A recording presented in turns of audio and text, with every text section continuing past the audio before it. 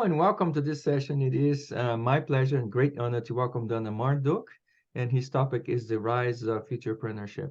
So we've been all thinking about, the future, what the future holds, and there's been a lot of discussion in terms of, uncertainty. And he's the person who's going to try to bring those two together, the future and entrepreneurship. Donna, thank you so very much for your taking the time for being here with us. Of course, this is just a brief introduction to your work. Love your philosophy. Floor is yours. Thank you so much. It's my pleasure. Greeting to all participants and warm welcome to the online session for the VC EuropeX conference. So my name is Dana Marduk, and I've been a member of World Future Studies Federation since 2018, and I'm also founder of Future Company since 2012, and also I'm a founder of Futurepreneur Society. So today I'm delighted to share with you my presentation, which delves into the exciting concept of futurepreneurship. So in the first part of this presentation, I will introduce the concept of futurepreneurship and its 7 fundamental pillars. And then after that, I will address a critical question, which is so important, and it's why traditional entrepreneurship become less effective, and why do we need to transcend actually it to embrace the paradigm of futurepreneurship. So this is so important. And I would like to also say that this notion in presentation comes from my latest book, The Rise of Futurepreneurship. So over the last like 15 years, I've been actively engaged in with working with a lot of entrepreneurs, companies. And during this time, I've had the opportunity to interact with many of amazing entrepreneurs. So I actually found a lot of problems that today I want to talk about some of them. And which with each problem, I actually offer a solution for entrepreneurs and why we need to become a futurepreneur. This is so much important because the classical entrepreneurship is not going to work in this VUCA or Bonnie world that I'm going to talk about in a few minutes. So before I talk about the 7 pillars of futurepreneurship, I have to mention the place of futurepreneurs. So, we have some people, we call them historians. They are individuals who meticulously study and document the past events, seeking to understand the context and interpret their significance. And they play, of course, a crucial role in preserving the collective memory and providing valuable insight. But they cannot actually do anything about present and future. At the same time, we have journalists, people, professionals who, on the other hand, are deliver the real-time accounts and current events. But again, they are not going to be engaged in what is happening right now. And most importantly, we have futurepreneurs, which represent a distinct breed of forward thinkers. They're visionaries. They're individuals who are not only try to contemplate actually the future, but also they actively engage in creating and shaping it. And that's why it's important. So futurepreneurs are not just happy with simply predicting or thinking about the future or trends, let's say. They take steps to create the preferred futures, because we have different types of future, which the best one is the preferred future that we want to happen for us. So futurepreneurs are actively engaged, which later I'll tell you how there are some techniques that how they can do that. So about entrepreneurship, I know that maybe a lot of young people are watching this presentation, but we have to tell you that entrepreneurship has long been celebrated as a pioneering spirit, risk takers, innovators. But in the world that's nowadays characterized actually by relentless technological advancement, the global I can say exponential actually growth that we witness right now and in the rapidly changing markets, the traditional entrepreneurial mindset faces numerous limitations. And I think as the landscape evolves, entrepreneurs must evolve with that. And I will talk about it, that what are some of those limitations and what we can do about it. So let's go to the first slide, which shows 7 pillars of futurepreneurship. I'll try to quickly introduce because there are a lot to talk about it, but I'll introduce you one by one. And of course, I'll try to give you some examples and differences between the futurepreneurship and traditional entrepreneurship. So the 7 pillars, the first one, of course, is based on the classical entrepreneurship because there are some notions that we still need it, but most of them actually are outdated.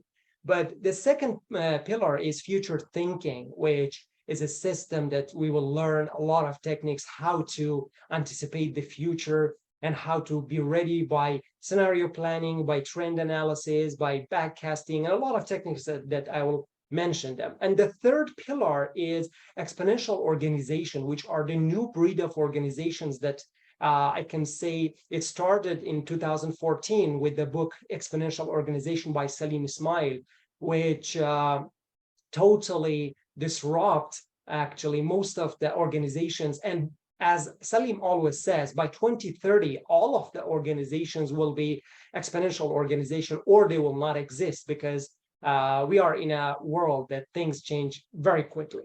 The fourth pillar is AI and tech, which is so important again for entrepreneurs and futurepreneurs to know that how to use that. And you know that how ChatGPT and OpenAI has changed the world of business just less than 1 year, and just see about the next 2 or 3 years and see how everything will change more dramatically.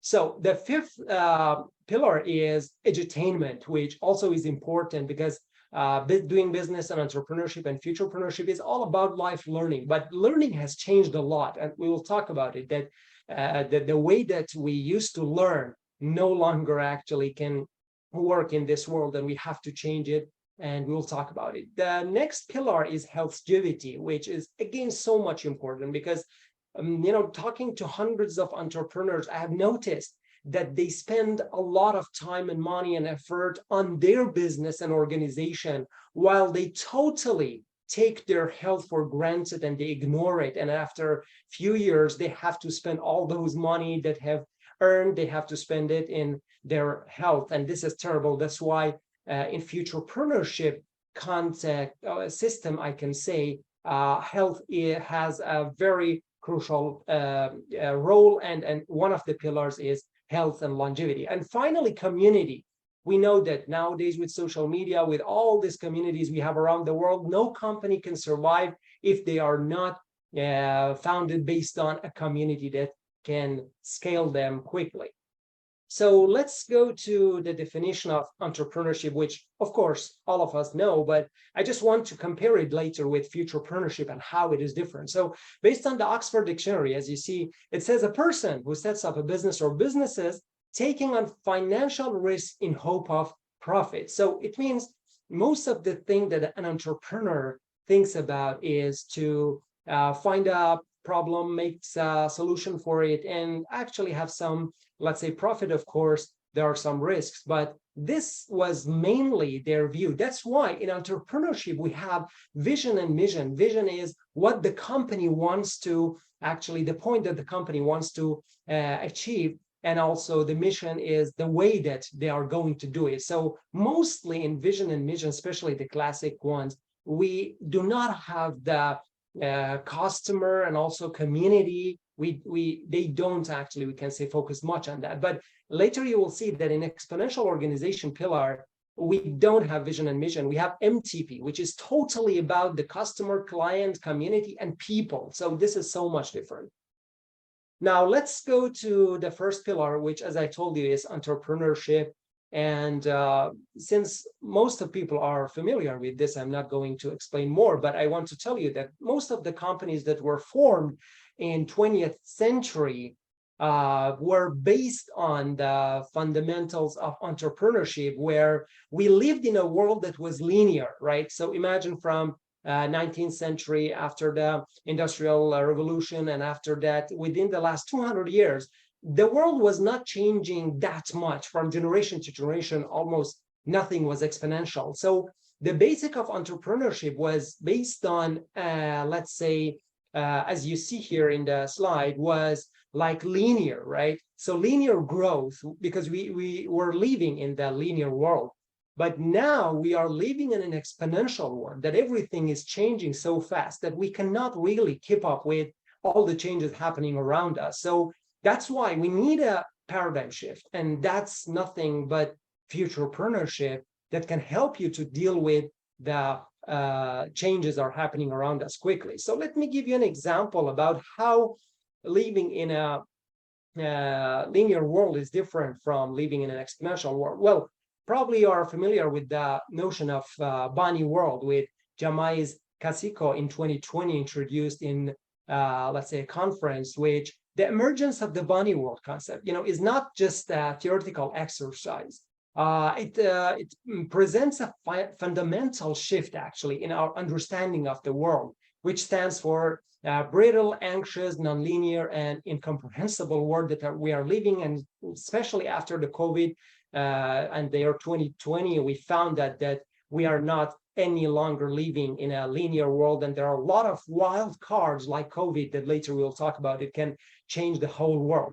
So let's go to the second pillar, which is future thinking, and it is so important to learn about it. So I recommend young people to become member of a lot of organizations like WFSF, like IFP, like different organizations that are working on the notion of future thinking and future studies, and they will help them. I think every entrepreneur should learn about it. Later I will talk about it, that if they don't, easily their business are going to fail within just the first few years.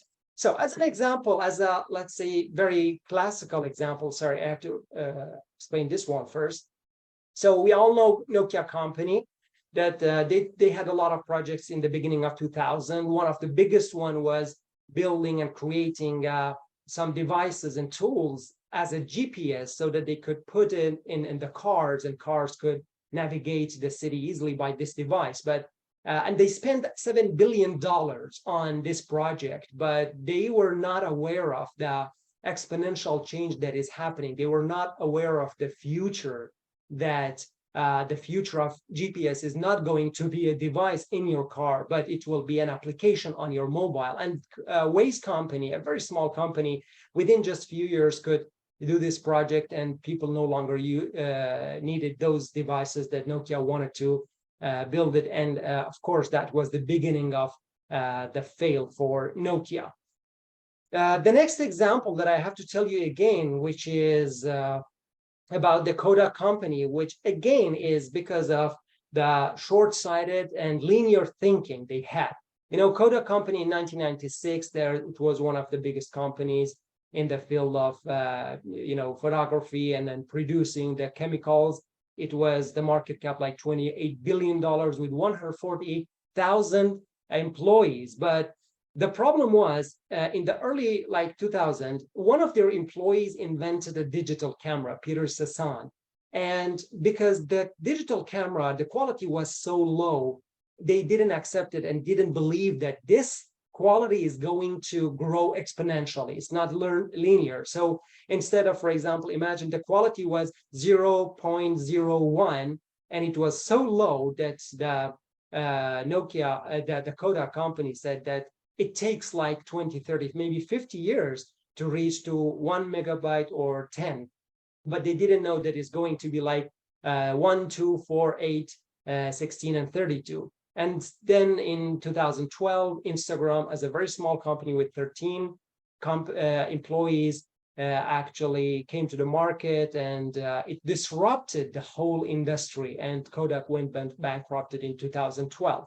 So this is another story of not seeing the exponential changes happening around us. So let's a little bit talk about the future. In future thinking, we say we don't have one future. This is the problem of most of entrepreneurs, that they think the future is what they think, but it is not, because we have different futures. We have, as you see here, possible futures, plausible, and probable and preferable. So all those futures can happen within a percentage, and we need to learn about them. We need to create scenarios. We need to be ready for wild cards. Wild cards are low probability, high effective events that can happen and change everything suddenly in a matter of moments, which most of the entrepreneurs are not aware of, and that's why a lot of businesses are going to fail just in a very short time.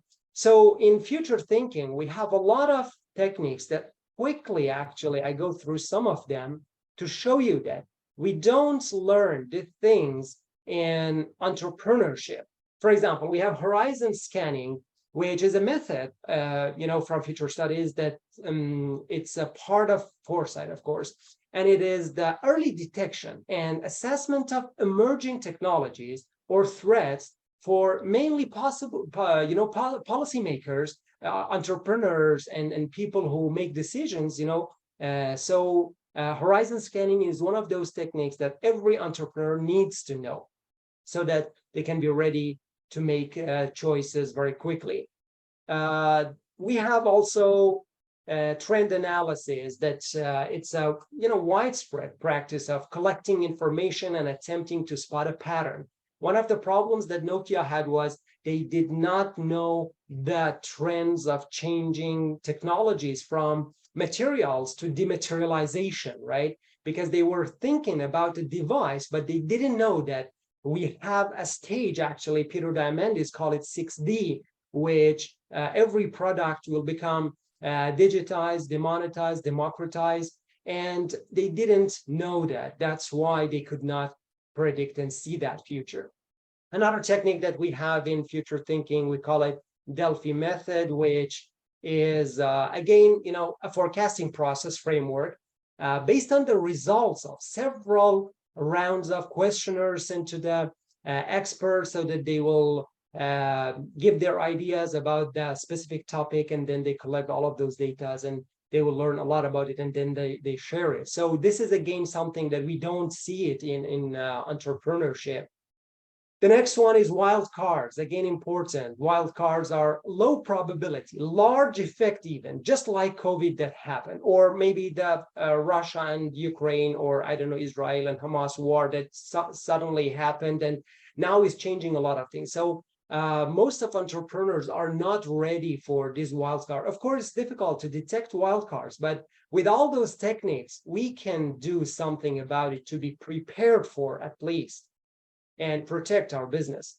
The next technique is scenario planning, which describes a strategic planning method that organization use it, to make flexible and long-term plans. Again, maybe you say that entrepreneurs do the same, but using all those techniques at the same time can help them to actually survive in this fast-changing world. And finally, of course, there are a lot. I just have selected some of them. So finally, we have backcasting, which is, again, another technique that we usually, it's a planning method that starts with the defining and describing a future, and then work backward to identify policies and programs, that will connect that specified future to the present, and it's the preferable future that we want to happen. So we have a lot of other stuff like trends and signals and strategic planning and foresight that you can learn more about it. So let's go to the third pillar of Futurepreneurship, which is exponential organization. As I told you before, it's based on the book written by Salim Ismail and Peter Diamandis in 2014. Again, I will go very quickly in 1 minute because there are a lot to tell about it. You can just search and find the website. The book is free. You can read it. So exponential organizations are those purpose-driven, agile, and scalable organizations that use accelerating technologies to digitize, dematerialize, democratize, and demonetize the products and services, which results in a 10x performance increase over the non-exo peers. For example, we had companies like Uber and Airbnb that are very clear examples of exos that within 10 years, they became the biggest company in their industry because their business model was based on exponential organization. So in EXO model, we have 11 attributes, which are here. I only talk about MTP. And this is the difference between, again, entrepreneurship and futurepreneurship, which they had vision and mission, but in Futurepreneurship, we have massive transformative purpose, which is all about the change that we want to make and create around us. It's not about the profit that we are going to have, because when you solve the biggest problems and challenges, then people are willingly happy actually to pay you whatever it takes, because you're solving their problem. So in Futurepreneurship, what we think about is to solving the challenges, especially the global grand challenges, which we have 15 of them in based on the Millennium Project, if you can search. And if we can solve each of these problems, we can create $1 billion or $1 trillion businesses and companies around them. So I'll tell you that you can search about it and learn more, so we can go through the next pillars. So the next one is, the fourth pillar is AI and other techs. We are in a world actually that now we have the convergence of a lot of technologies, from AI, from 3D printers, from IoT, from AR, VR, quantum computing, biotechnology, nanotechnology. And imagine in the next 5 or 10 years, even less than that, see that how the world is changing. So businesses that now they are not using AI, which is so famous now, people say that you can create a company with any product or service that you want, just add AI to it, and then it will be a huge business. So most of the entrepreneurs that in the seminars, I talk to them and I say, how many of you, as the CEO of your company, you have used AI? And less than 1%, they even are familiar with ChatGPT, OpenAI, and different AI applications, and even other technologies. So this is so much important. As an entrepreneur, you need to learn. That's why I'm saying that entrepreneurship is no longer effective, because most of them are not they cannot keep up with the technologies, and they still do the business in most of the parts of the world traditionally. And the next part that we have a problem with, again, all these are problems that we find a solution for that. Entrepreneurs, now, when they learn something, it's really difficult for them to learn new things, because things are now happening so fast that they cannot keep up with. So they have to change their strategy. So the next pillar is, the fifth one, is edutainment. Edutainment, again, is a mixture of education and entertainment. And why? Because if we, as a futurepreneur, are thinking to have customers like the Gen Z and Gen Alpha in the next 5 to 10 years, we have to know that they are totally different with the Gen Y and let's say X, because they have grown up with internet and with games and mobiles and laptops and tablets. So their world is different. They are most of the time playing games. So we need to reach this generation through the games. And if we want to have a company, we need to, first of all, create an atmosphere, let's say, or environment that your employees can learn through the gamification, because they are not going to learn through the boring seminars that we used to have years ago, like 2 hour, 3 hours workshops. We need to do it through the fantastic and engaging applications that they can learn and update themselves.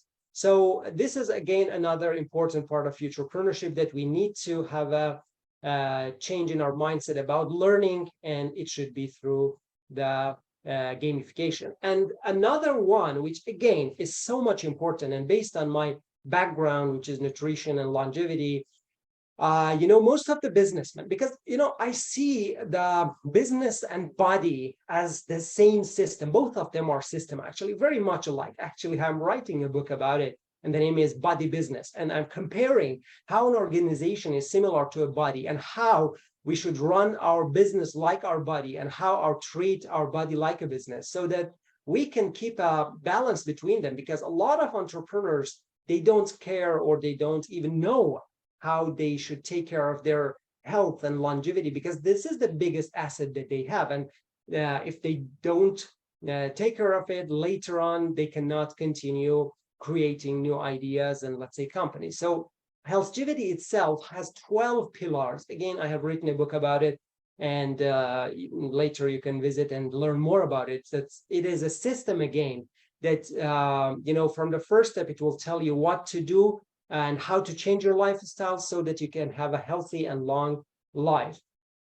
And now let's compare the definition of entrepreneurs, let's say, with a futurepreneur in the beginning of the presentation. You know, a futurepreneur now is someone, we can tell them that it's a kind of entrepreneur and a futurist, both of them at the same time, that, you know, integrates foresight, technology, sustainability, and also lifelong learning, you know, well-being, and community engagement into their ventures, creating business and organizations which they are adaptable, socially impactful, sustainable, and aligned with emerging trends and technology. So maybe it's a long definition, but this is what a futurepreneur is. And as I told you, we need to accept this paradigm shift. And here I'm not going to talk about 12 pillars of healthivity because it takes time, but here is the book that soon will be available. It's called the Healthivity Journey, which is all about how to live healthy and long. So the final and last pillar of futurepreneurship is community. We now know that no company can survive without establishing a community around their MTP, you know, what they want to actually, the changes that they want to create in the world. So I think everyone knows about the importance of community, how it can scale the company and how it can help the overall actually approach of the company, because you know, we should not see the clients or customers like an entrepreneurs, actually just like a client. They are going to be our partners. We are going to have a long time relationship with them. In a you know, community, we have, let's say, collaboration, knowledge sharing, supportive ecosystem, you know, for innovative thinking. And futurepreneurs actually understand the power of connecting with like-minded individuals, because now is easier than any time to connect everyone all around the world. Just like this conference that selected tens of people around the world, they shared their ideas, and everything is much easier than before. And so this is again another part that entrepreneurs did not have, at least in the let's say 20th century business model, and this is so important. So thank you so much. It was a very quick let's say introduction about it. And finally, you can almost learn about most of the things in my website, danamarduk.com, or just search my name, Dana Marduk, on Google, and you'll find a lot of videos and articles about these topics. Thank you so much. I think my time is actually ended, and okay, I'm ready. If there is any question, happy to answer. Well, Dana, thank you so much. Well, I'm an economist, as you're going to notice by my comments, but I think you generated a question every 90 seconds or less. So yes, there are several comments and questions. And folks, of course, this is just a very, very brief introduction to Dana's work. I promise I'm going to invite him to come back for a longer session through, you know, Futures Television, and so you can explore this at greater details. So then actually there are quite a few questions. I will try to cover them as best as I can. You mentioned, I think that's back to the beginning of a presentation. You talked about a preferred future. How about the undesirable future? We seem to be focusing a lot on the negatives and not so much on the positives. Right.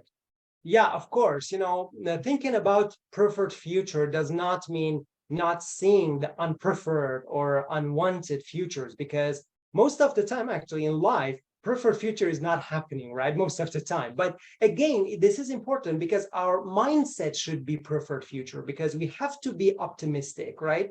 But at the same time, we need to be realistic, right? We need to see the world is not exactly working based on what we assume, right? So of course, I'm with that. But as long as it is not affecting your plan, right?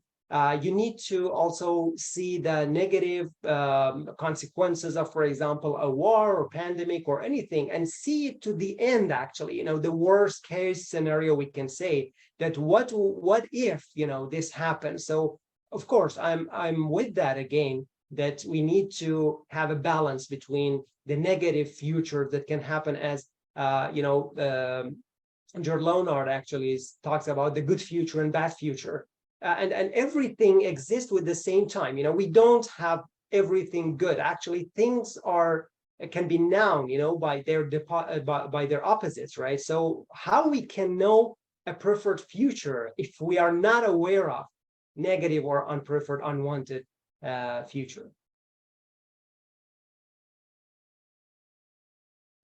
Sorry, I think your mic is muted. Lost it there. Okay, I'm sorry, I'm back.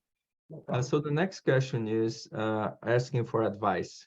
How does futurepreneurship can help us create more robust business plans? When we ask for money, we're expected to create plans that can survive in a VUCA world, but change happens so fast. How can we do better in the planning space? Yeah. Well, I have to tell you a practical example of this. At the moment, we are working on creating a health and longevity community and center all around the world. All right. It's been just like 2, 3 years. We are working on that with a team of people that,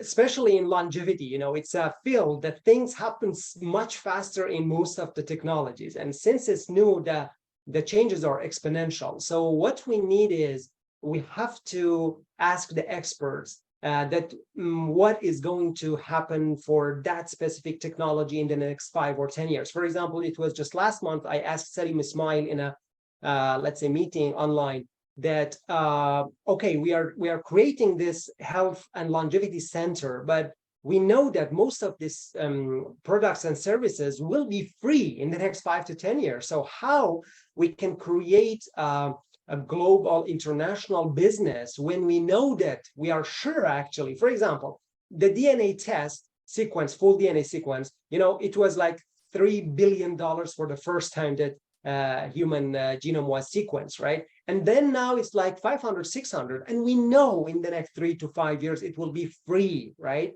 As a service. So we have to know these things, and we should not actually apply and if we want to continue the business. And another thing is we should be so flexible.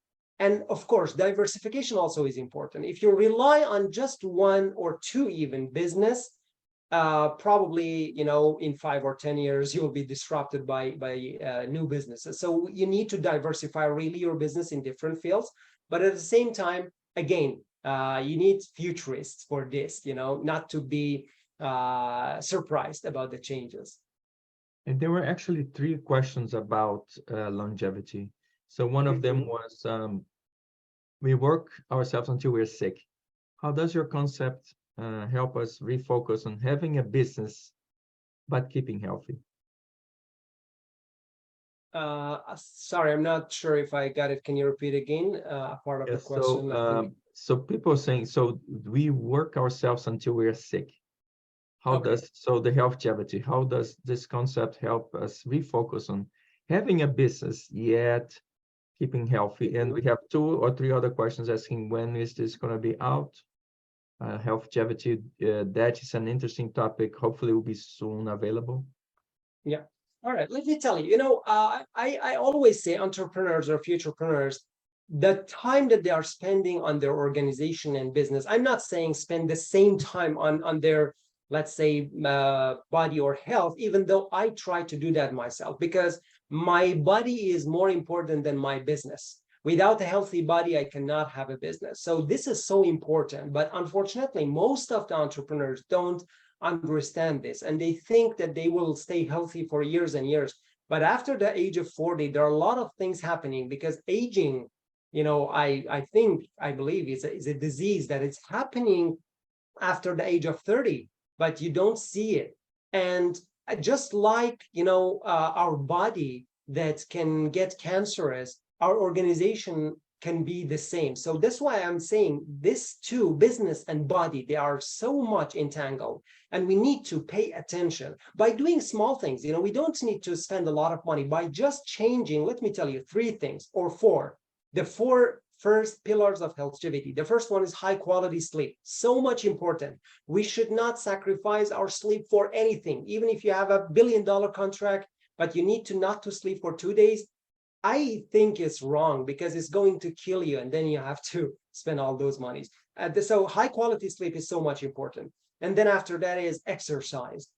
unfortunately, most of the entrepreneurs, businessmen, they say, we don't have time, we are so busy. Okay, but those times that you are not spending in the gym or exercising, you're going to spend it in hospital having different acute and chronic diseases.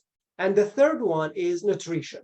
And all of these are free. You don't almost pay anything for them. And let's say the fourth one is the longevity mindset. So these are free things that we can do, find some times for that. And I think it's not that difficult. A different question was, you shared the Kodak example. They were certainly not dumb. They probably saw the signals in the environment, but decided not to act on them. They thought it was just noise. Do you have any advice on how to tell the difference between signals and noise? Exactly, that's it. Kodak, we can talk about it for hours and hours because it's a classic case of failing at big business. But I just try to very quickly talk about it. Yes, of course, there were some people in the organization that they could see some changes, but the thing is exactly, they could not distinguish between the noises and the signal because they're so much different. And they were not future-oriented thinkers. They were not people who could see the trends and the exponential changes. So this was all about the mindset, they were not ready for that change still. So that's why I think, of course, there are a lot of reasons. It's not just one reason, but I can say main reason was not seeing the future, not paying attention to the changes and seeing the trends and signals. Yeah, they were the main reasons. Wonderful. So folks, we're a little bit over time here. Well done, and thank you so much for your taking the time. Thank you. And I promise I'll bring you back so you have a deeper discussion. Thank you so much for taking the time and being here in the conference and sharing a little bit of your thoughts and philosophy with the conference. Thank you so much. My pleasure. Thank you. Bye.